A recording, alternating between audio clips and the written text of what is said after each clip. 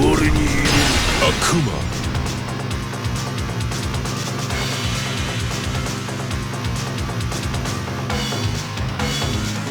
In the Street Fighter series, Akuma, or Gouki, is an aggressive, all-or-nothing character who overwhelms opponents with his ambiguous mix-ups and devastating combo damage.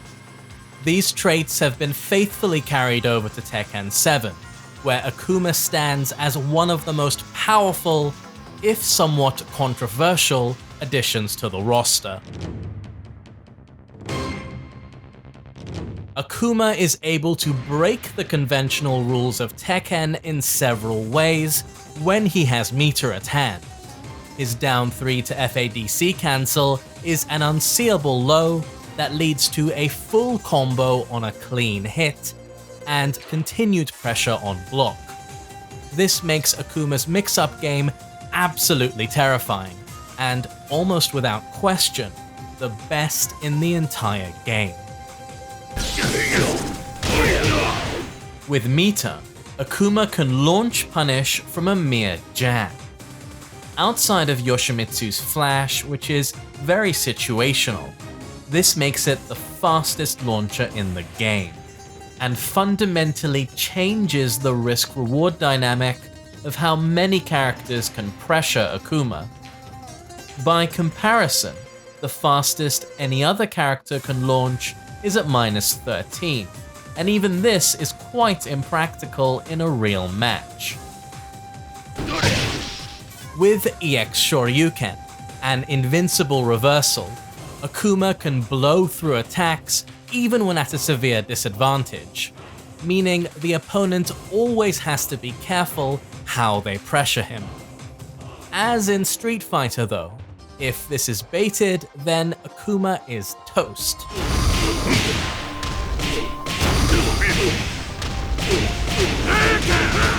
However, Akuma can slip under pressure in a far less riskier way with down 1-2, which combos on counter hit and comes out in 10 frames, or down 2 to fireball, which is slightly slower at 12 frames, but is a natural combo.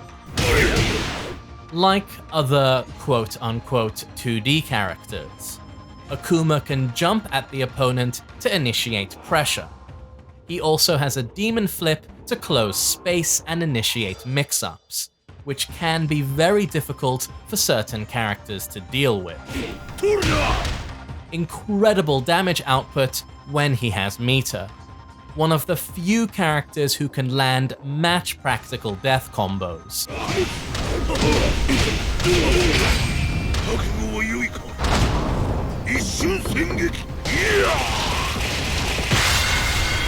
And this is how much he can get off of a jab.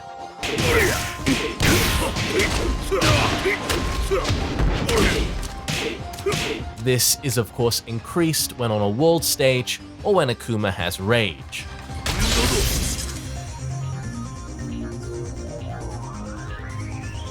All of Akuma's key defining strengths rely on meter. Without it, he has to take disproportionate risks for middling reward. A sluggish backdash and a weak sidestep mean that Akuma's movement is underwhelming. This makes his game plan quite different from most other Tekken characters, whose movesets are designed around movement. Akuma's tools in the neutral are quite lacking, with poor tracking and range on most of his moveset. While he can slow down the pace of a match with his fireballs, this is more of an annoyance than anything. Akuma needs to take risks and go in if he wants damage. Akuma requires some very demanding execution, especially if you want to optimize his combos.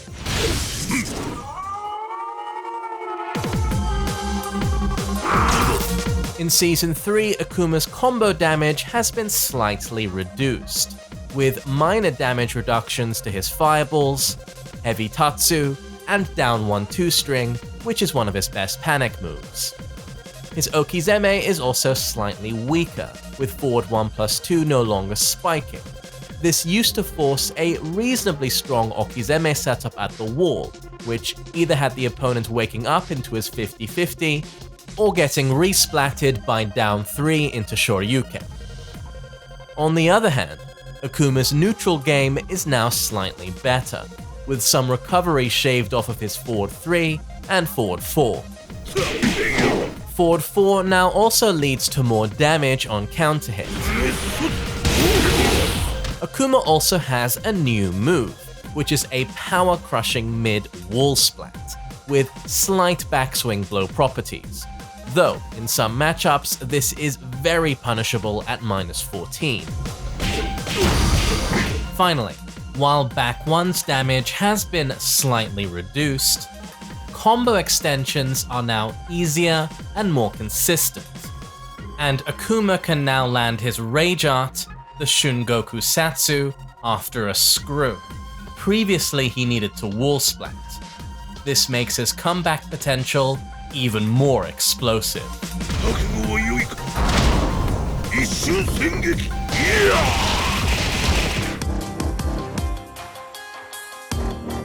Akuma is overall pretty much the same in Season 3, albeit slightly more rounded.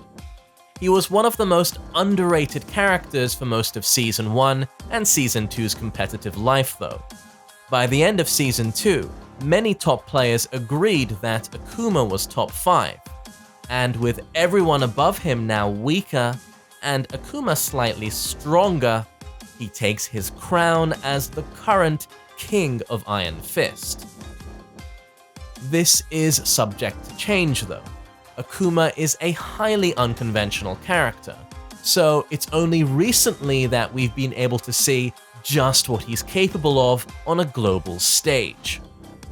As players adapt and get accustomed to the matchup, we believe Akuma's position at the top will be contested, though the Raging Demon will almost certainly remain one of the most powerful characters in Tekken 7.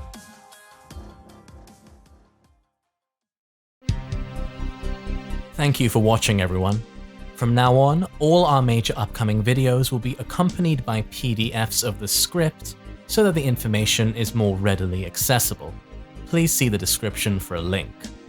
I'd also like to thank Super Akuma for taking the time to provide feedback for the script, Aika Minamoto for recording those death combos because I sure as hell couldn't, and of course our patrons for their support. Stand by. Up next is Alisa Boskonovich.